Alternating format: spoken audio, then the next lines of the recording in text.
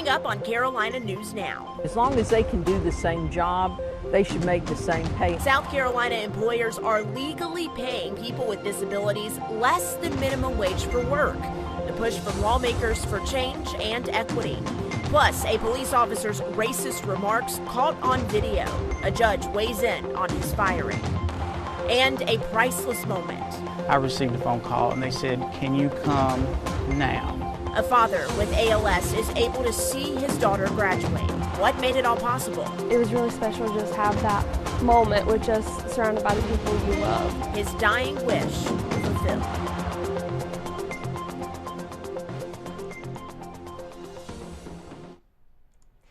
Hey there, and welcome to Carolina News Now. I'm Maddie Gardner, bringing you the top stories from both North and South Carolina this week. We are powered by 6 television stations, and we have a lot to get to, a lot of great stories, but we begin with this.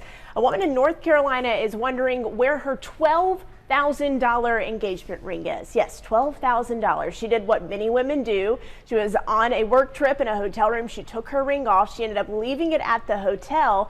Now, the hotel was able to find it even after she was already at the airport. It was in the hands of UPS, and she says that UPS didn't do quite enough to try and return that engagement ring. Sarah Blake Morgan spoke with the woman about this dilemma. Take a look.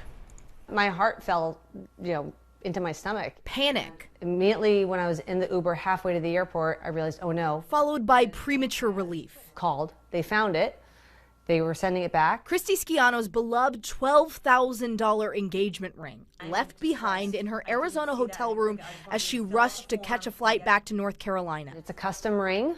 My fiance and I designed it together. Schiano said she didn't have to wait long before she received a UPS tracking number. She was told a signature would be needed when the package arrived. Okay, great, it's on its way, but it never made it here. The doorbell video camera shows the UPS driver walking up to the front porch, leaving the package, and then walking around to the side of the house to the back, potentially seeing if anyone was home. When he realized no one was home, he went back to the front porch, grabbed the package, and walked away. We have the gentleman on video trying to make a delivery, and then it went missing. He never scanned it when it went back on the truck. That is where the trail goes cold. No other delivery attempts were ever made. Schiano instantly contacted UPS, who opened an investigation. They had 9 days to do that. Took them 2 days, and UPS got back and said, nope, sorry, it's lost. Oops. The ring was undervalued on the initial shipping documentation, which means we'll file the claim. UPS will pay you $500 for a $12,000 ring. I understand it is a major shipper. I understand logistics are very hard, but oops. Next month, she's getting married. Another ring will be slipped on her hand, and she hopes the one given to ask for it will somehow make it back to her. I don't think there's anything I could have done differently, quite honestly. Meteorologist Rachel Coulter is joining me now. Rachel, the weekend is ahead, and I'm hoping that there will be an opportunity at least for us to get out and about for a little while. Yeah, that'll definitely be the case this weekend, both Friday, Saturday, and even into your Sunday. We're going to have the rain chances in the forecast, but it's not going to be raining everywhere across the Carolinas all day long, but rain chances are there. So I do want to walk you through at least the timing of that if you're going to be planning out your weekend.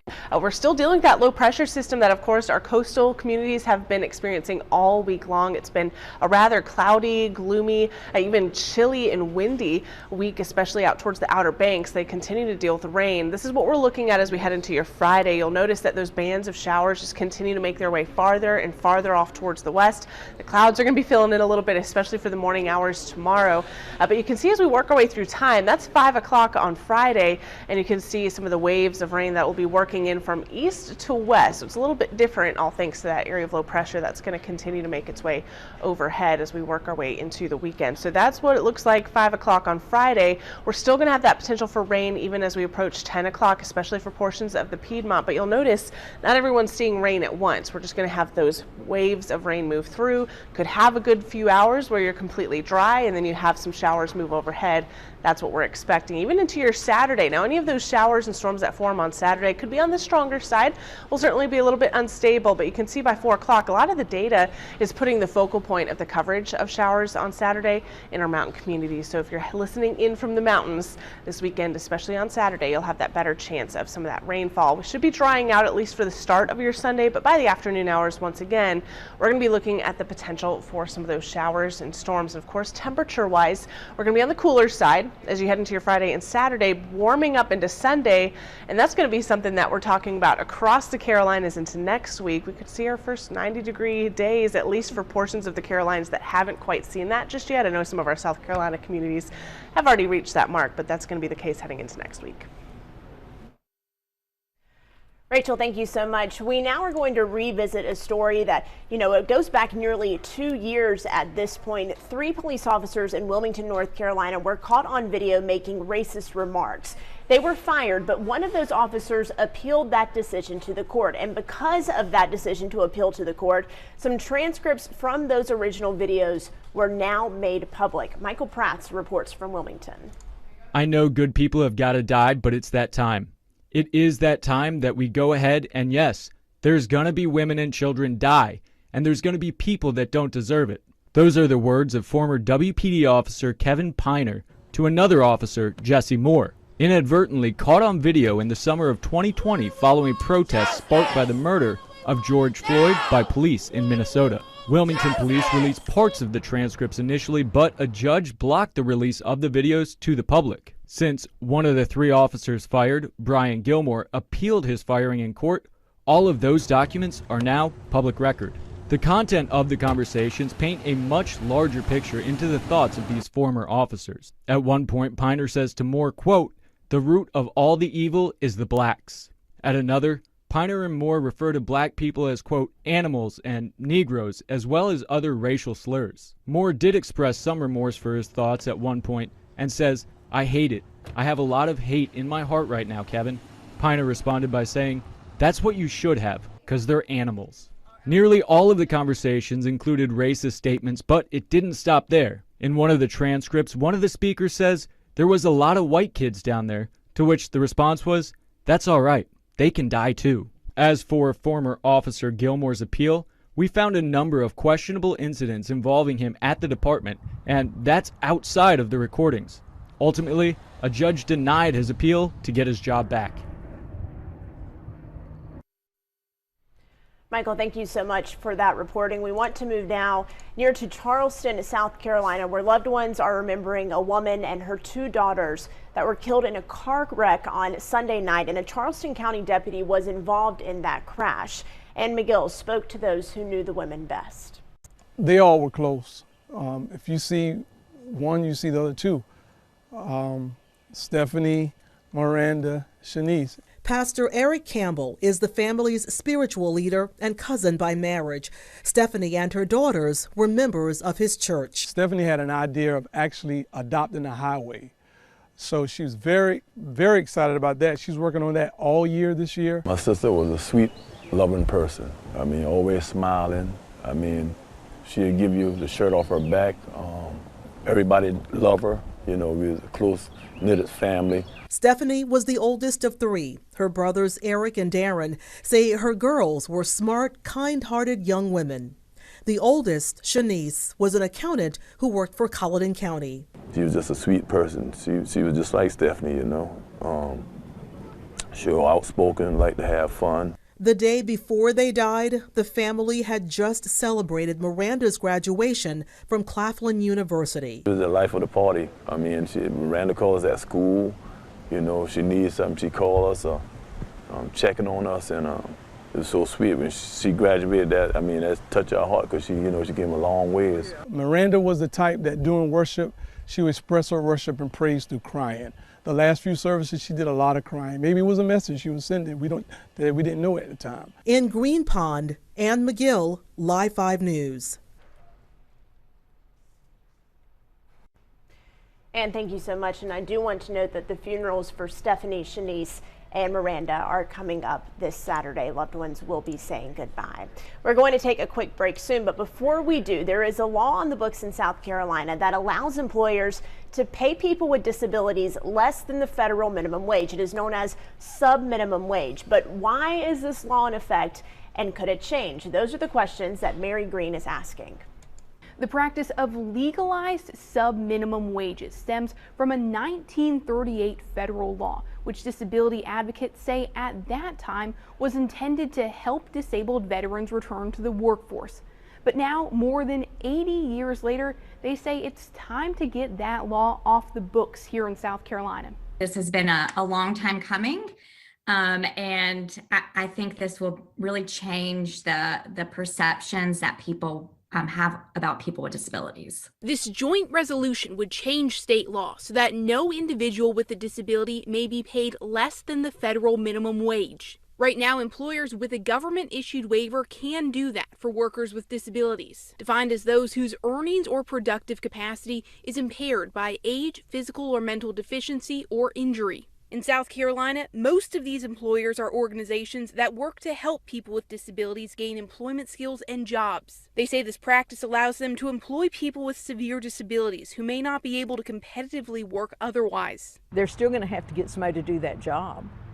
So are they going to get somebody, without a disability to work for, 25 cents an hour? Republican Senator Katrina Shealy is the bill's main sponsor. She says people with disabilities shouldn't be treated any differently than other workers. As long as they can do the same job, they should make the same pay, and I think they've been taken advantage of. This legislation would create a task force to develop a plan to phase out the sub-minimum wage while still ensuring employment opportunities for people with disabilities. If it's signed into law, sub-minimum wages would no longer be legal in about 2 years, starting August 1st, 2024. Just to get people adjusted to the change. This will give us enough time to plan what's next. How can we build skills? How can we engage in meaningful activities that really respects the rights of people with disabilities? This resolution passed the state Senate last year, and it just recently passed the House of Representatives.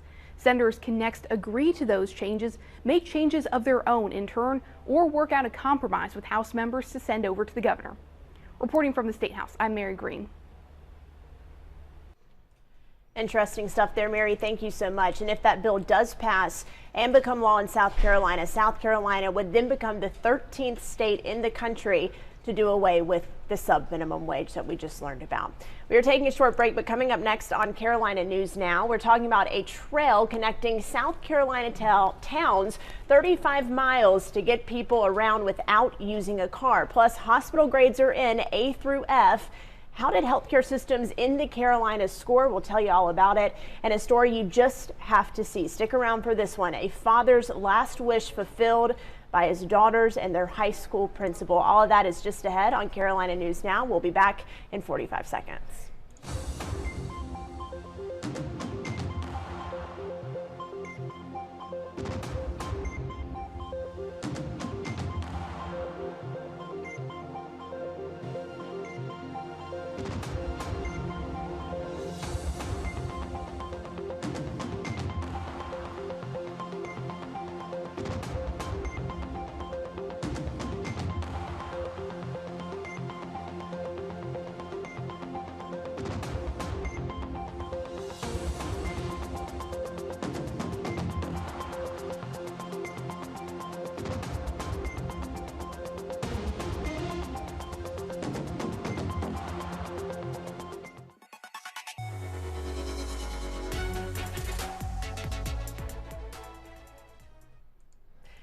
Welcome back to Carolina News Now. I'm Maddie Gardner, and we are bringing you the best top stories from both North and South Carolina this week as we head into the weekend. We are powered by 6 television stations across both states, so stick around for all of those top stories, including a check of your regional weather forecast. It is all coming up just ahead. Right now, I want to take us down near Myrtle Beach in South Carolina, where organizers are working to connect towns in the state with what they're calling a rail trail in the hopes of people being able to get around to transport around the state without the use of a car. We're going to go out to Zach Wilcox. He's at Coastal Carolina University with the plan to build this trail, but also the problems they're running into. I really don't like seeing human infrastructure for 100% of my day. I like seeing trees and wildlife whenever I can. Joseph Minnick sees all those trees and wildlife when he puts in more than 60 miles on his bike every week. Those rides through nature tend to be a lot more enjoyable than his rides to work at CCU. If I want to get from my house to downtown Conway to coastal Carolina, it's almost impossible to do so in a safe way. Joseph says he has an idea for a trail connecting all of Ward County so folks can get around safely without having to be on highways next to cars. Turns out, planning departments from cities throughout the county are on the same page. If we can connect them to the community college and the Coastal Carolina College, connect them also to downtown areas, and then connect them to communities further out, we have opportunities to make a ton of people happy.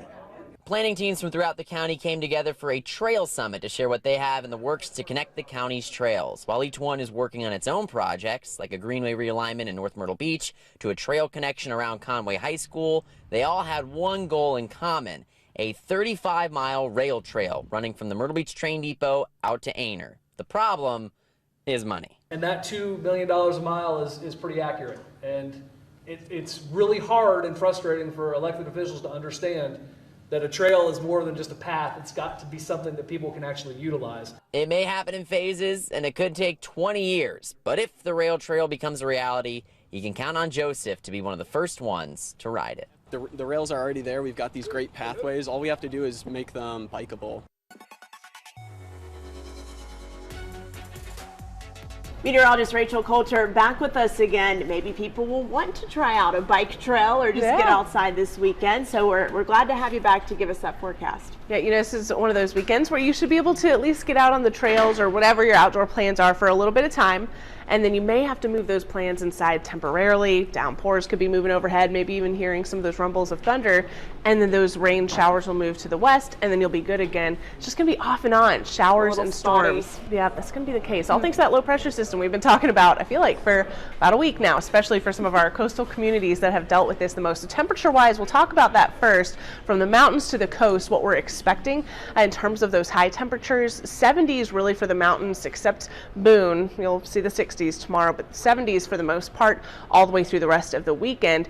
Traveling to central portions of the Carolinas, we're talking about the Piedmont region, Raleigh down to Charlotte into Columbia. 70s on Friday, but then we warm up pretty quickly. So Saturday 80s, mid to upper 80s, heading into your Sunday, even hotter temperatures next week. We could be talking about some 90-degree days, maybe even mid 90s once we get into next weekend. So that'll be something that we talk about here in a week's time. But as far as the coast goes, temperatures will be in the 70s out towards the Outer Banks here, so a little bit warmer than where you've been the past couple of days. It's been so windy and cloudy and dreary.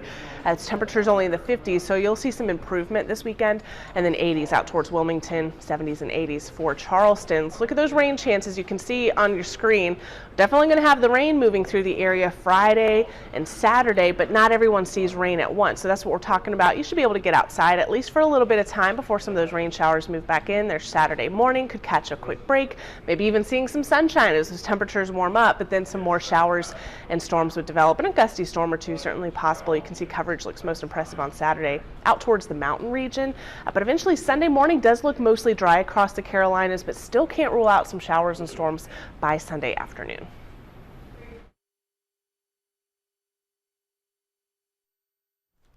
Rachel, thank you so much for keeping us updated on what the forecast will look like this weekend. We really appreciate it. Well, when you go to the hospital, you know, you expect top-notch care, and each year hospitals are graded, just like we were in school, A through F, by an organization called the Leapfrog Group. For North Carolina hospitals, we ranked really high, top in the nation for patient safety, but Courtney Bunting is taking a closer look at hospitals on the east coast of North Carolina and how they fared and how those rankings were reached. So we turn to Courtney now.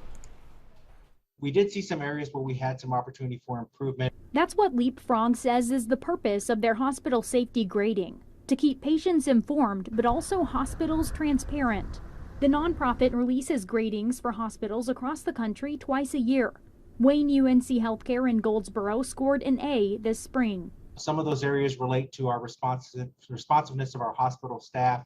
And we try not to stretch our ratios any more than 1 to 5 patients with our nurses. So we try to keep it below that, though we do have to go to 1 to 6 from time to time. Those hospitals are graded in 5 main areas: infections, problems with surgery, safety problems, practices to prevent errors, and doctors, nurses, and hospital staff. What we see is that hospitals, and certainly in North Carolina where we see such great performance, that hospitals are really using this to hold themselves accountable. Vidant's gradings ranged from A to C depending on the facility. For example, Vidant Medical Center in Greenville was scored a C. Hospital officials released a statement saying in part, quote, "We use rigorous methods to collect, measure, and analyze safety and quality data. Transparency, patient and family-centered care, and engagement of leaders, physicians, and staff are core strategies in this work." For UNC Lenore Healthcare, their A is a sign that their strides toward improvement have been worth it. We have been working so hard on this, and this is our 5th A in a row since spring 2020. And we had started working on this years ago. When I first came, we were at C rating, and then we were a B, and now we're an A. So it really speaks to that sustained effort. And joining us now for the first time on Carolina News Now, one of our anchors and reporters here in Charlotte, Alex Giles. Alex, you are bringing us a touching story this evening about a father and a family who went the extra mile to fulfill his last wish. That's right, Maddie. Jonathan Udy is a father in Lincolnton, North Carolina. One of his last wishes was to see his daughter graduate from high school. He had been battling ALS for a couple of years, and he said that before he passed, he wanted to make sure he saw his daughter Elizabeth graduate from high school. The family knew it was going to be complicated for him to attend the actual graduation because of what he was dealing with health-wise, but they wanted to see if they could do an in-home graduation ceremony. Thankfully, they were able to pull that off. Take a look. Last week, I saw the love and support the Udy family had for Father Jonathan, the affection not wavering in sickness and in health. Loved ones told me Jonathan had lived with ALS for more than 2 years, his body weak, his health deteriorating. But even plagued with the debilitating disease, he managed to shoot me a thumbs up as I spoke with his wife and daughters Friday night. Can you flash me the thumbs up again? The family told me Jonathan had 2 big goals when he was diagnosed with ALS. He wanted to see his eldest daughter Erica get married, and he wanted to watch his youngest daughter Elizabeth graduate from high school. Thankfully, he was able to walk Erica down the aisle. But as his condition worsened and he got weaker, it became clear that attending Lincolnton High School's graduation may not be in the cards. Last week, Jonathan's family made the ask. Would Lincolnton High School's principal be willing to hold an in-home ceremony for Elizabeth? I would just be so thankful to see such a community come together just for my dad to see me graduate. For Principal Scott H. Carpenter, it was a no-brainer. Sunday afternoon, about 5:30, I received a phone call, and they said, "Can you come now?" And I said, "Absolutely." And within an hour, it was graduation time at the Udy family home.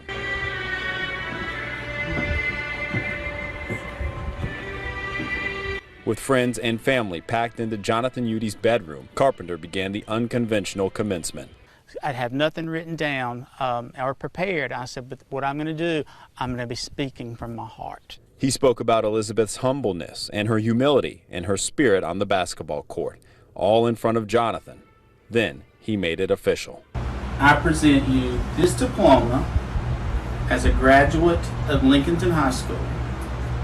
And you now may move your tassel to the other side.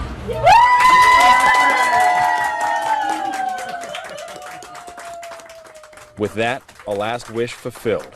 Jonathan Udy died less than 48 hours later, but he left his loved ones with a moment they'll remember forever. It was so special because, you know, we were just surrounded by family and the principal who's known my family for a long time, and it was really special to just have that moment with just surrounded by the people you love. I was humbled to do it, and I wanted to do it, and I wanted to do what was right. And that was what Mr. Udy's wishes were, and I wanted to make sure that that happened.